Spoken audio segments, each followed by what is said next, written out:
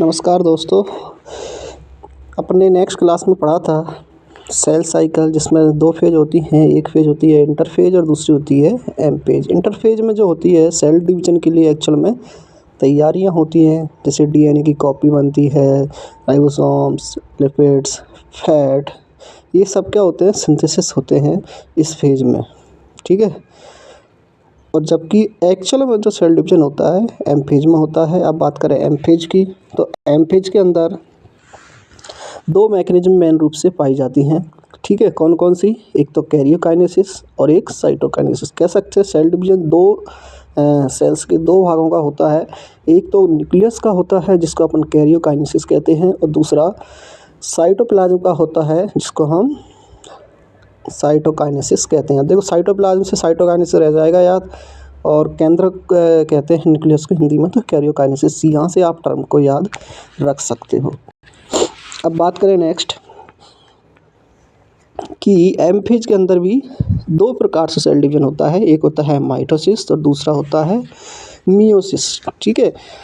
अब बात करें दोनों में क्या अंतर है और क्यों दोनों का अलग अलग होता है, तो बता दूं मैं आपको। माइटोसिस जो होता है, जो एक प्रकार से स्टेम सेल्स जो हमारे अंदर पाई जाती हैं बॉडी के अंदर, या सोमेटिक सेल्स जो पाई जाती हैं, उन दोनों सेलों के बीच के अंदर क्या पाया जाता है, माइटोसिस प्रकार का सेल डिवीजन पाया जाता है। क्योंकि इनके अंदर जो सेल डिवीजन होगा वो फास्ट होता है, जबकि म्यूसिस में जो होता है थोड़ा टाइम लगता है। म्यूसिस के अंदर बहुत लंबा होता है। और बात करें म्यूसिस में, तो म्यूसिस में दो बार सेल डिवीजन होता है, म्यूसिस फर्स्ट और म्यूसिस सेकंड, और दोनों बार दो दो सेल बनती हैं। फर्स्ट में बनेंगी दो, फिर दो, फिर बनेंगी। इस प्रकार से टोटल 4 सेल्स यहाँ पे हमें प्राप्त होती हैं। एक सेल से कितनी सेल्स म्यूसिस में प्राप्त होंगी? 4 सेल्स होंगी सेल डिवीजन के बाद। जबकि माइटोसिस सेल डिवीजन कंप्लीट होने के बाद हमें एक सेल से सिर्फ 2 ही सेल मिलती हैं। तो ये मेजर अंतर है। बाकी का अंतर अपन पढ़ेंगे एक एक करके अभी। ठीक है। अब बात करें पहला mitosis cell division. Mitosis cell division क्या होता है? तो माइटोसिस सेल डिवीजन जो होता है एक वेजिटेटिव डिवीजन है, where each daughter cells genetically identical to parent cells. यानी कि जो सेल्स बनेंगी इसमें माइटोसिस सेल डिवीजन में, वो अपने पेरेंट सेल जैसे ही बनेंगी।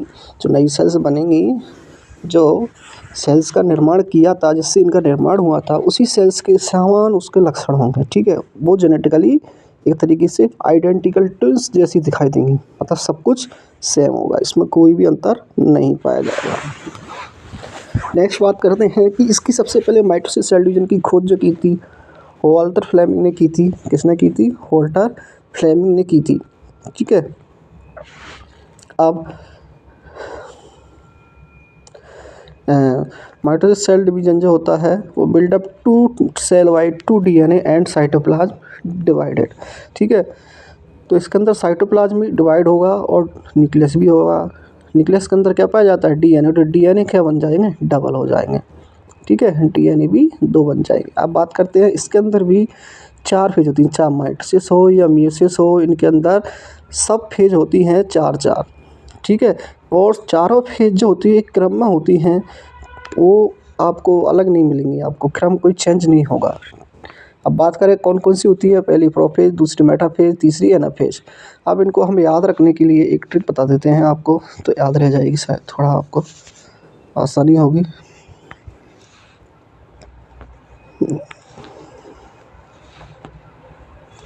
ठीक है, ये रही prophase, metaphase, anaphase. P met, P for prophase, M for metaphase, A for anaphase और टी फॉर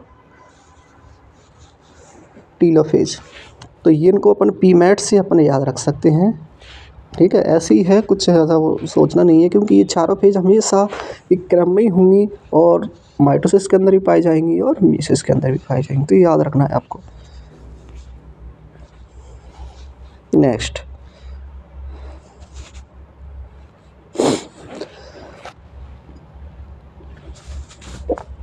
अब इनकी फेज पढ़ने से पहले हम बात करते हैं पहली फेज। चलो अंतर बाद में ही पढ़ लेंगे, है ना। प्रोफेज, पहली फेज क्या है? प्रोफेज। ठीक है।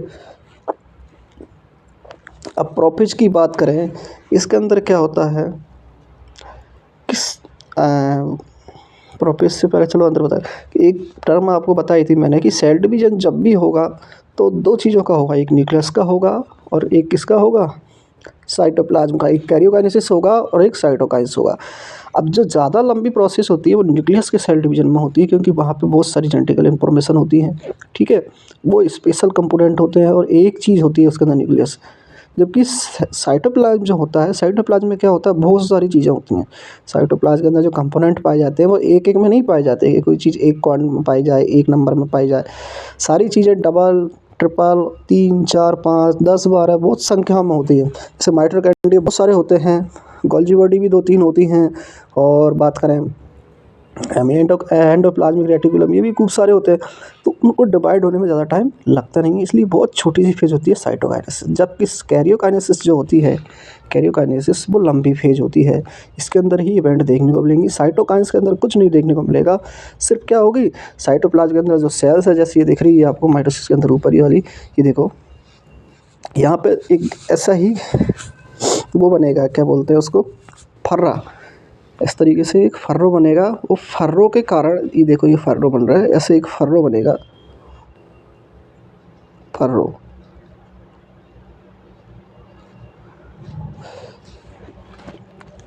ऐसा क्लीवेज कह सकते हैं अपन, जैसे क्लीवेज होता है ना लड़कियों के ऊपर चेस्ट में जो क्लीवेज बनता है, वैसा ही एक फर्रो बनेगा।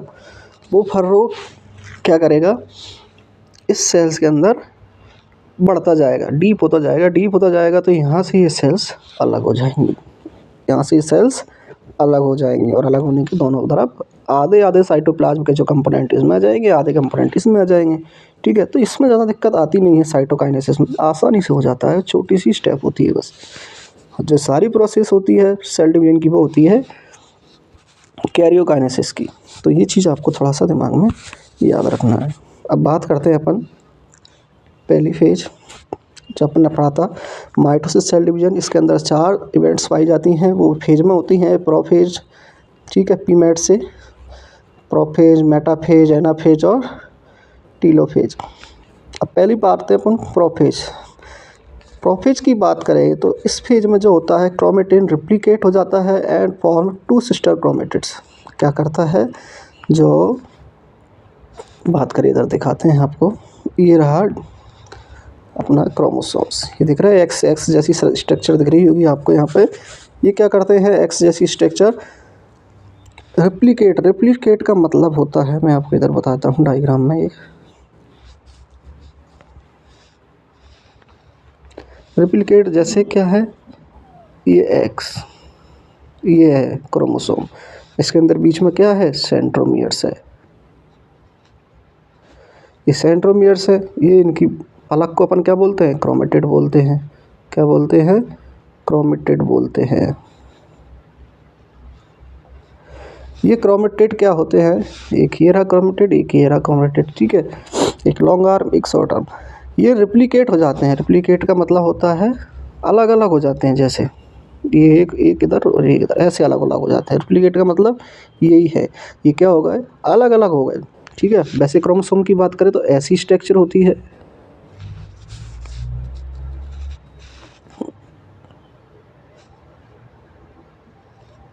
ये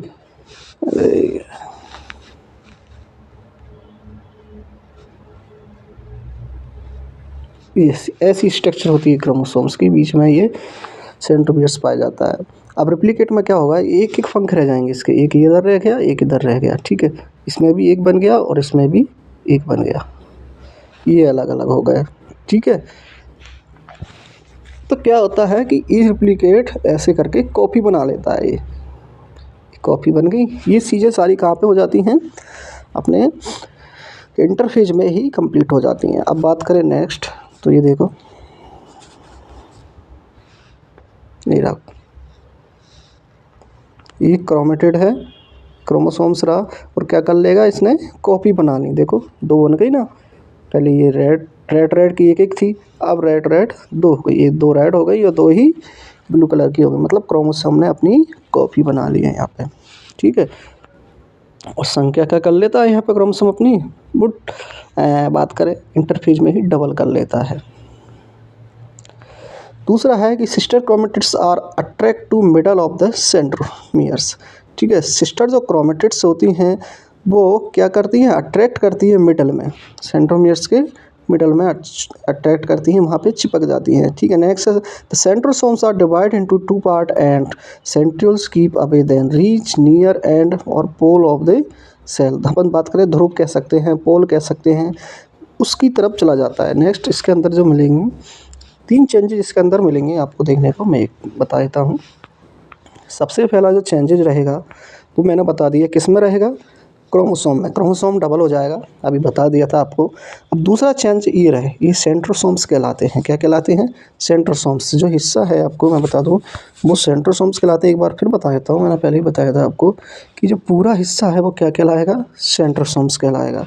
क्या कहलाएगा, सेंट्रोसोम्स। ये वाला पूरा हिस्सा क्या कहलाएगा, सेंट्रोसोम्स। और जो फाइबर से है, ठीक है, वो क्या कहलाएंगे, सेंट्रोमियर्स। क्या कहलाएंगे, सेंट्रोमियर्स, है ना।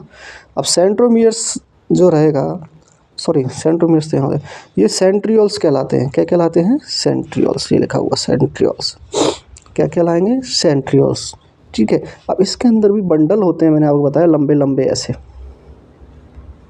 वो क्या कहलाते हैं, माइक्रोट्यूब्यूल्स कहलाती हैं। छोटी छोटी क्या कहलाती हैं, माइक्रोट्यूब्यूल।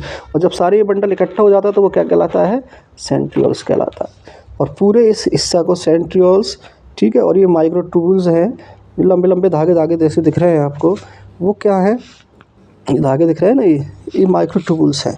ये माइक्रोट्यूब्यूल्स क्या करती हैं, कन्वर्ट हो जाती हैं, मतलब अपनी ग्रोथ करती हैं और क्या हो जाती हैं, ये लंबी हो जाती हैं। और वो लंबी होके एक दूसरे से जुड़ जाती हैं। क्या पहुंच जाती हैं, एक दूसरे से जुड़ जाती हैं। 2 सेंट्रोमियर्स हैं, दोनों के पास में ये जुड़ जाएंगी।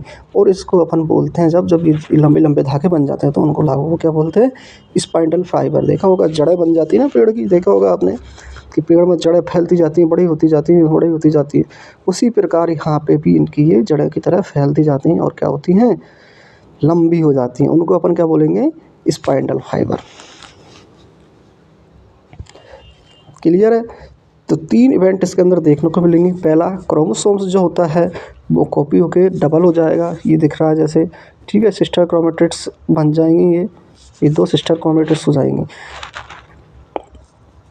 दूसरा, इसके अंदर जो सेंट्रियोल्स होता है वो क्या हो जाएगा, ध्रुवों की तरफ चला जाएगा। किधर चला जाएगा, ध्रुवों की तरफ।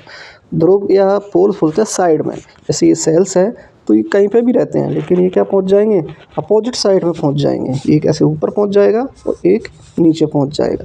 ये जो दोनों सेंट्रियोल्स होते हैं वो एक क्या पहुंच जाएगा, यहाँ पहुंच जाएगा, जैसे एक यहाँ पहुंच गया।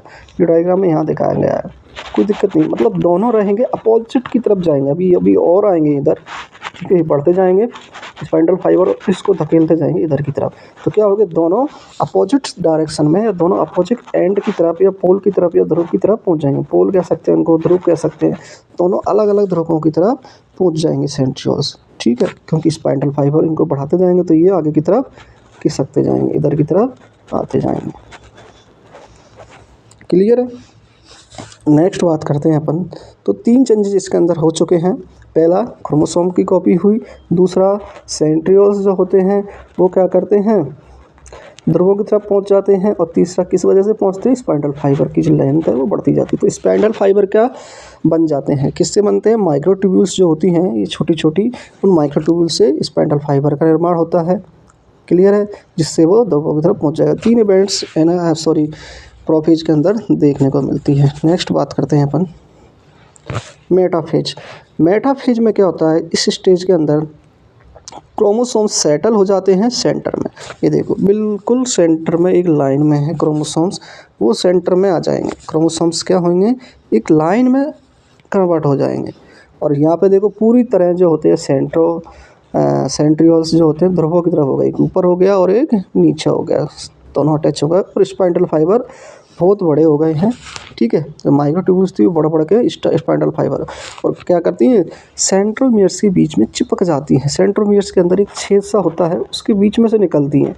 तो क्या करती हैं, क्रोमोसोम्स को अटैच करके रखती हैं। क्या करती हैं, क्रोमोसोम्स को अटैच करके रखती हैं। जैसे ये क्रोमोसोम्स है, उनके बीच में ये सेंट्रोमियर्स है, सेंट्रोमियर्स में होकर निकल जाएंगी। वहाँ पे थोड़ा सा छेद होता है तो उसमें होकर निकल के क्रोमोसोम्स को एक लाइन में रखती हैं, यहाँ पे रखेंगी लाइन में, एक सीधी लाइन में रखती हैं, इसको बिल्कुल सेंटर में रहती है और एक प्लेट बनाती हैं। क्या बनाती हैं? एक प्लेट बनाती हैं जिसको अपन मेटाफेज प्लेट कहते हैं। क्या कहते हैं? मेटाफेज प्लेट कहते हैं। ठीक है। स्पाइंडल फाइबर जो होते हैं वो रोल्ड अप हो जाते हैं क्रोमोसोम्स, मतलब क्रोमोसोम्स को रोल कर लेते हैं। रोल का मतलब यही है मैंने कि इसके बीच में होके इस तरीके से जकड़ लेते हैं और इसको पकड़ के रखते हैं कि ये बीच में ही रहे। ठीक है। सेंट्रियोल्स के बीच के छेद में हो गए, ये इसमें घुस के उसको अच्छे से बांध लेते हैं। रोल का मतलब बांध लेते हैं ताकि ये प्लेट बनी रहे। अब नेक्स्ट बात करते हैं अपन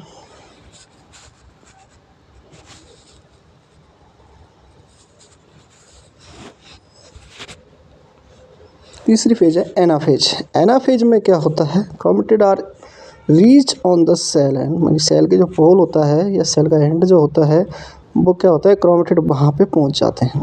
क्या होते हैं वहाँ पर? अभी जो बांध लिए थे ना, तो क्या करेंगे, इधर वाला स्पाइंडल फाइबर जो होता है वो इधर की तरफ खींचेगा और दूसरा एंड वाला दूसरी एंड की तरफ खींचेगा, मतलब क्रोमोसोम्स को अलग अलग कर दिया जाता है यहाँ से। देखो ये तो पहला क्या रहेगा, एक स्पाइंडल फाइबर इसकी तरफ लाएगा इसको, क्रोमोसोम्स को दूसरा वाला इसकी तरफ लाएगा, इनको सबको अपनी अपनी तरफ खींचेंगे। ये क्या करेंगे? स्पाइंडल फाइबर खींचेंगे कॉन्ट्रैक्शन के थ्रू और इनको जो प्लेट बनी थी उस प्लेट से क्या करेंगे? अपनी तरफ ले जाएंगे। कुछ को वो ले जाएंगे, कुछ को दूसरा एंड वाला ले जाएगा। इस तरीके से ये अपोजिट सेल्स के एंड की तरफ चले जाएंगे। ठीक है, क्योंकि कॉन्ट्रैक्शन होगा, किसमें होगा? स्पाइंडल फाइबर में। In the last of this phase the chromosomes are collect on the opposite cell end, यानी कि जो सेल के अलग अलग ध्रुव हैं उन ध्रुव की तरफ इकट्ठे हो जाएंगे। यहाँ पे दोनों क्रोमोसोम्स इकट्ठे हो जाएंगे, कुछ क्रोमोसोम्स यहाँ इकट्ठे हो जाएंगे, कुछ क्रोमोसोम्स यहाँ इकट्ठे हो जाएंगे। सारे क्रोमोसोम्स यहाँ आके इकट्ठे हो जाते हैं क्योंकि स्पाइंडल फाइबर में कॉन्ट्रैक्शन लगातार चलता रहता है। इसको खींचते रहते हैं, खींच खींच के दोनों सेल्स के एंड में, एक एंड ये है, एक दूसरा एंड ये है, ये वाला। ये दोनों एंडों पे क्या हो जाएगा? सेल्स इकट्ठी, क्रोमोसोम्स जो होते हैं वो इकट्ठे हो जाएंगे। नेक्स्ट बात करते हैं which count are same as parent chromatid, मतलब इनकी जो संख्या होगी वो सेम होगी, आधे नहीं होंगे। हम आगे बात करेंगे कि मियोसिस सेल डिवीजन में जो होता है आधे हो जाते हैं, लेकिन यहाँ पे कुछ भी आधा नहीं होगा। क्रोमोसोम्स क्या होंगे? सेम रहेंगी, संख्या सेम रहेगी, क्योंकि इसमें कॉपी बना ली थी पहले। उसमें क्या बना ली थी? कॉपी बना ली थी, डबल कर लिए थे 46, तो 46 इधर आ जाएंगे और 46 इधर रहेंगे। मतलब जब भी ये सेल्स का दो निर्माण होगा, इस सेल्स में भी 46 रहेंगे और इस सेल्स में भी 46 रहेंगे। दोनों क्रोमोसोम्स सेम रहेंगे संख्या में, दोनों सेल्स के अंदर जो निर्माण होंगी। क्लियर है? अब नेक्स्ट बात करते हैं, लास्ट पेज है इसकी, माइटोसिस सेल डिवीजन की, टीलोफेज। टीलोफेज जो होती है उस फेज में स्पाइंडल फाइबर गायब हो जाते हैं। अब स्पाइंडल फाइबर का काम हो गया है, देखो तो स्पाइंडल फाइबर अब नहीं दिखेंगे, स्पाइंडल फाइबर नहीं दिख रहे हैं। अब सीधा क्या दिख रहा है? सेंट्रियोल्स दिख रहा है। क्या दिख रहा है? सेंट्रियोल्स दिख रहा है, जिसके अंदर माइक्रोट्यूब्यूल्स होती हैं और साथ साथ में क्या होता है? सेंट्रोसोम होता है। तो यहाँ पे साफ साफ नज़र आ रहा है क्या बात करते हैं हम? स्पाइंडल फाइबर की। तो स्पाइंडल फाइबर यहाँ से गायब हो गए, नहीं बचे हैं। दोनों जगह की बात करें तो दोनों जगह भी स्पाइंडल फाइबर नहीं बचे। तो पहली स्टेप इसके अंदर ये होगी कि जो स्पाइंडल फाइबर थे वो गायब हो चुके हैं और किस में कन्वर्ट हो गए हैं? माइक्रोट्यूब्यूल्स में वापस से अपनी पुनः की स्थिति में आ चुके हैं। क्रोमोसोम्स आर रीओपन्ड, क्रोमोसोम्स वापस से खुल गए हैं। ठीक है, क्या हो गए हैं? क्रोमोसोम्स वापस से खुल गए हैं। खुलने का मतलब यही है, मैंने बताया था कि एक उसमें जैसे कि क्रोमोसोम्स की जो स्ट्रक्चर होती है वो ऐसी होती है, एक्स जैसी। ठीक है, ऐसी।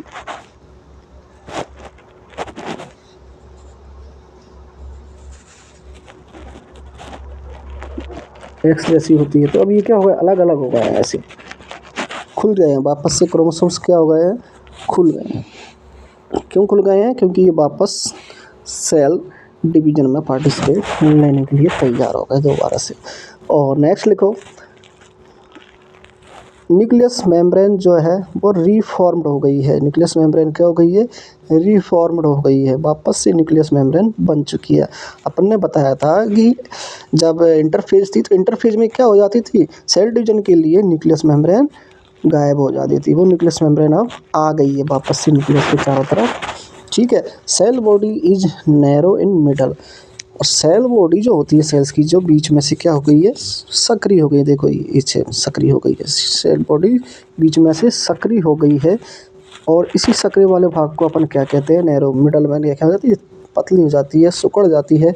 इसी भाग को हम कहते हैं क्लीवेज फर्रो। क्या कहते हैं? Cleavage furrow. तो यहाँ तक का जो काम था वो कैरियोकाइनेसिस का प्रोसेस चली थी चारों, जिसमें अलग अलग चेंजेस देखने को मिले थे। ठीक है। अब यहाँ पे हमारा क्या होता है? कैरियोकाइनेसिस यानी कि सेल न्यूक्लियस का जो डिवीजन है वो कंप्लीट हो चुका है। अब किसका बचा है? साइटोप्लाज्म का। तो साइटोप्लाज्म में क्या होगा नेक्स्ट स्टेप में, कि साइटोप्लाज्म के अंदर बात करें तो साइटोप्लाज्म अब यहाँ से अपने अपने आधे आधे, क्योंकि साइटोप्लाज्म में हर चीज़ बहुत संख्या में होती है, 2 से 4 सब डबल होती है, मतलब डबल तो होती होती है, तो आधे इधर रहेंगे आधे इधर रहेंगे। उसको साइटोप्लाज्म में जो कंटेंट है तो उसमें कोई दिक्कत नहीं है। जैसे ये देख लो, सेंट्रियोल्स भी हैं, माइक्रोट्यूब्यूल्स है, ये सब क्या है? पहले से ही डबल डबल है, तो आधा आधे आधे बढ़ जाते हैं। अब नेक्स्ट बात करते हैं साइटोकाइनेसिस। इसमें क्या होगा कि सेल्स के अंदर जो टीलोफेज में जो फर्रो बनी थी वो और गहरी होती चली जाएगी, जो नोच बनी थी जो गहरी होती चली जाएगी। ये देखो ये नोच गहरी और हो गई, पहले छोटी थी अब ये क्या हो गई? ये नोच और गहरी हो गई है। तो इससे क्या होगा? ये नोच है वो गहरी होती जाएगी और यहाँ से वापस से ये सेल्स अलग हो जाएंगी। तो सेल्स क्या हो जाएंगी? अलग हो जाएंगी। और इसी वजह से 2 सेल्स का निर्माण होगा। कितनी सेल्स का निर्माण हो रहा है यहाँ पे? 2 सेल्स का। और दोनों के अंदर क्रोमोसोम सेम ही रहेंगे, 46 ही रहेंगे। चाहे इसमें बात करें या इसमें बात करें, दोनों के अंदर क्रोमोसोम्स क्या रहेंगे? 46 ही रहेंगे, कोई चेंजेस नहीं आएंगी। दोनों सेल्स अपने पेरेंट सेल्स जो होती हैं उसके समान ही होंगी। जिन सेलों से इनका निर्माण हुआ उनके करैक्टरिस्टिक बिल्कुल सेम रहेंगे। क्या रहेंगे? उनके करैक्टरिस्टिक सेम रहेंगे। ये अंतर है माइटोसिस में। ठीक है, मेजरली। अब बात करते हैं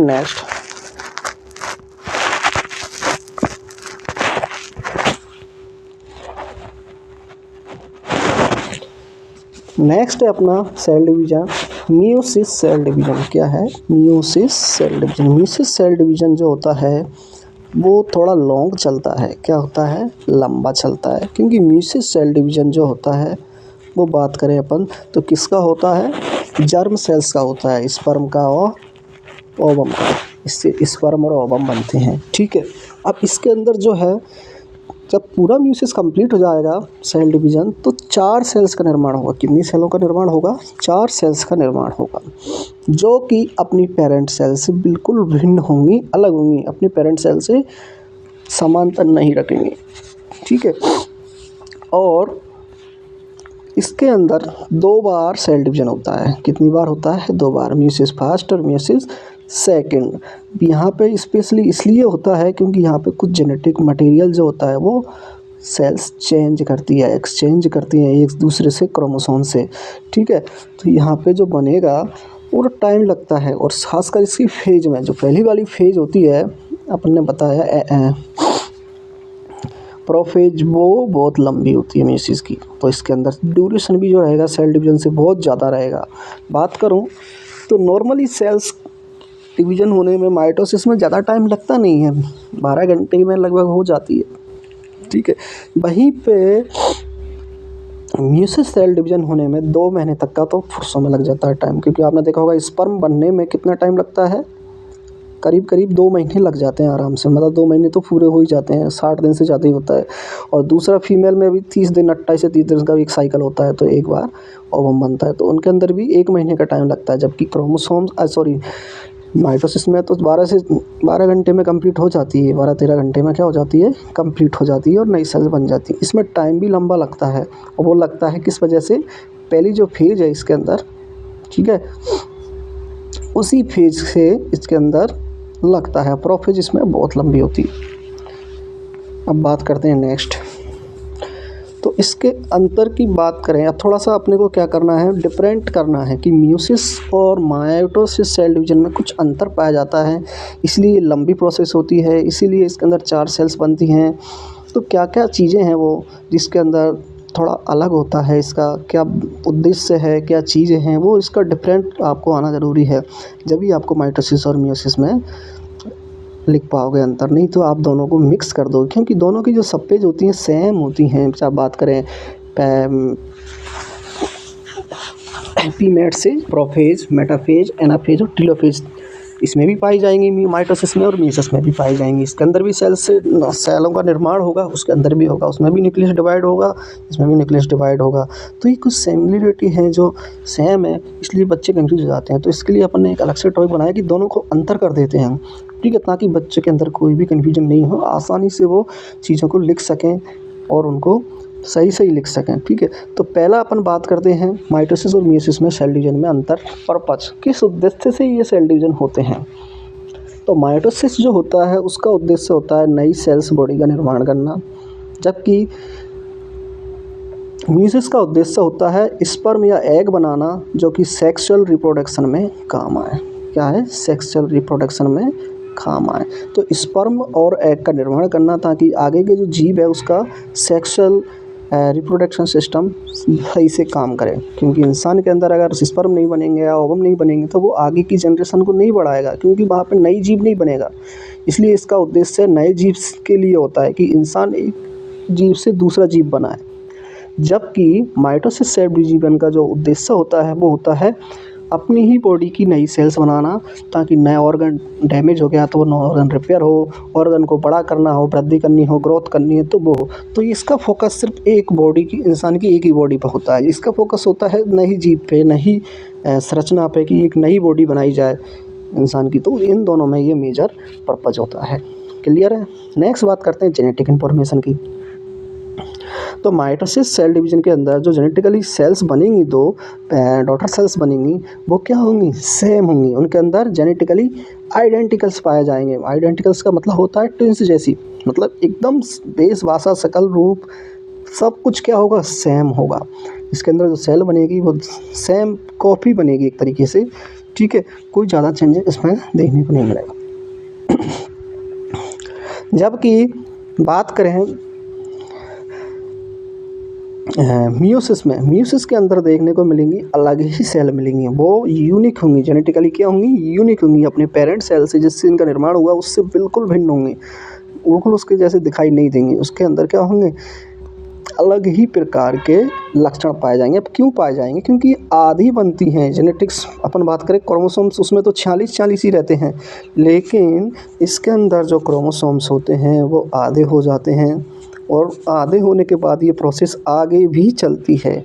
क्या होते हैं इसके अंदर, जो माइटोसिस की बात करें तो उसमें तो 46 होते हैं या 2n होते हैं जब बनेंगे डॉटर सेल्स, उनमें 2n रहेंगे या 46 रहेंगे। यहाँ पे रह जाते हैं 23, कितने रह जाते हैं 23 या n रह जाएंगे, कितने रह जाएंगे 23 या n रह जाएंगे। अब इसके अंदर वापस से जर्म सेल और स्पर्म और ओवम बनेंगी, वो दोनों क्या होंगी, क्रॉस होंगी, और है ना एक नए जीव का निर्माण करेंगे। फर्टिलाइजेशन के बाद दोनों फ्यूज होकर नए जीव करेंगे। इसी वजह से वो नया जीव बनेगा, क्योंकि आधे लक्षण माँ के जाएंगे, आधे लक्षण पिता के जाएंगे, तो वो अलग बनेंगे। क्या बनेंगे, अलग जीव बनेगा। वो अपने माता पिता से दोनों से सेम नहीं रहेगा, कुछ लक्षण माँ के होंगे, कुछ पिता के होंगे, और कुछ अलग ही लक्षण आएंगे। तो इस प्रकार के बोलते हैं अपन कि इसके अंदर जो जेनेटिकली यूनिकनिटी पाई जाती है, क्योंकि ये पेरेंट सेल से बिल्कुल यूनिक होते हैं। जब भी ये सेल्स का निर्माण होगा वो नया जीव अपने माता पिता से भिन्न होगा, ठीक है। क्यों होगा मैंने बता दिया, क्योंकि ये वापस जाके फ्यूज होते हैं, फर्टिलाइज होते हैं, तब जाके उनके अंदर चेंज आता है। अभी तो आधे हो जाएंगे, लेकिन दोबारा होगा जो मियोसिस सेल डिवीजन, उसमें क्या हो जाएगा, वापस से जेनेटिक इन्फॉर्मेशन बदल जाएगी। अब बात करते हैं दूसरा, दो अंतर अपन ने देख लिए थे। पर्पज का उद्देश्य होता है सेल की ग्रोथ करना, डेवलपमेंट करना, रिपेयर करना माइटोसिस का, जबकि मियोसिस का उद्देश्य होता है नई जीव की उत्पत्ति करना। और दूसरे के इनके अंदर जो क्रोमोसोम्स वगैरह होते हैं, जेनेटिकल इन्फॉर्मेशन होती है, वो सेम होती है। जब बनेंगी डॉटर सेल्स तो पेरेंट्स के समान ही होंगी, पेरेंट सेल्स के, जबकि मियोसिस के अंदर ऐसा नहीं है। मियोसिस के अंदर अलग ही पाई जाएगी, यूनिक पाई जाएगी। ठीक है। तीसरा है नंबर ऑफ क्रोमोसोम। तो मैंने अभी बता ही दिया आपको नंबर्स ऑफ क्रोमोसोम की। इसके अंदर मियोसिस के अंदर 2 बार सेल डिवीजन पाया जाता है, इसलिए क्रोमोसोम्स क्या हो जाते हैं, आधे रह जाते हैं। उनके अंदर आधे पाए जाएंगे, 23 या NN, जबकि माइटोसिस में सेम रहेंगे, 46 क्रोमोसोम्स रहेंगे। ठीक है। तो इसमें ये है तीसरा अंतर क्लियर हो गया। चौथा अंतर है कि कब होता है ये।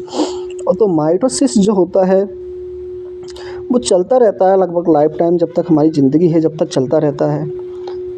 माइटोसिस सेल डिवीजन जब तक हमारी ज़िंदगी जब तक चलता रहता है। जबकि देखा होगा कि मियोसिस है वो एक लाइफ टाइम तक ही होता है, एक लाइफ का एक टाइम होता है, उस पीरियड तक ही होगा, उसके बाद वो सेल डिवीज़न नहीं पाया जाएगा।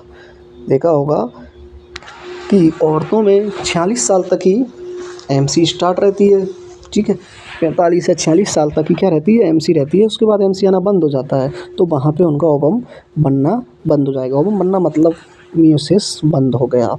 स्पर्म भी एक उम्र के बाद 60-70 के बाद बनना बंद हो जाता है। तो एक उम्र तक ही होते हैं, जब तक सॉरी माफ़ करना, एक समय होता है, उस ड्यूरेशन तक ही मियोसिस पाया जाता है, जबकि माइटोसिस पूरी लाइफ टाइम चलता है। तो ये अंतर है।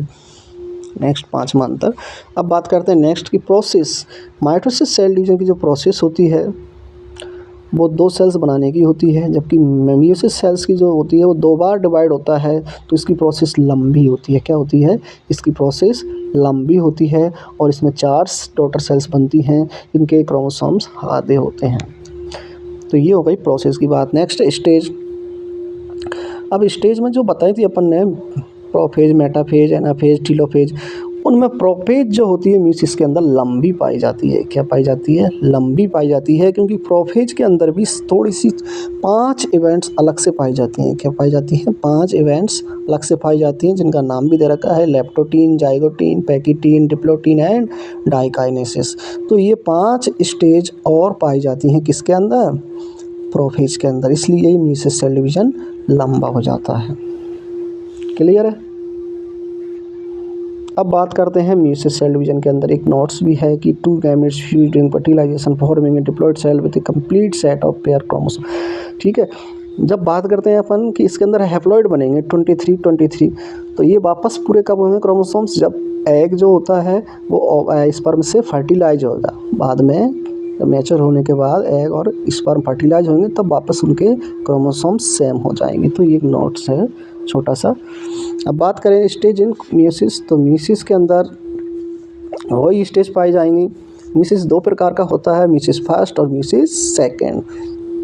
ठीक है। मियोसिस फर्स्ट और मियोसिस सेकंड, क्योंकि इसका सेल डिवीजन 2 प्रकार से होता है, या 2 बार होता है कह सकते हैं, इसलिए इसके अंदर मियोसिस फर्स्ट और मियोसिस सेकंड नाम दिया गया है। अब इसके बारे में कल डिटेल से अपन पढ़ेंगे। ठीक है।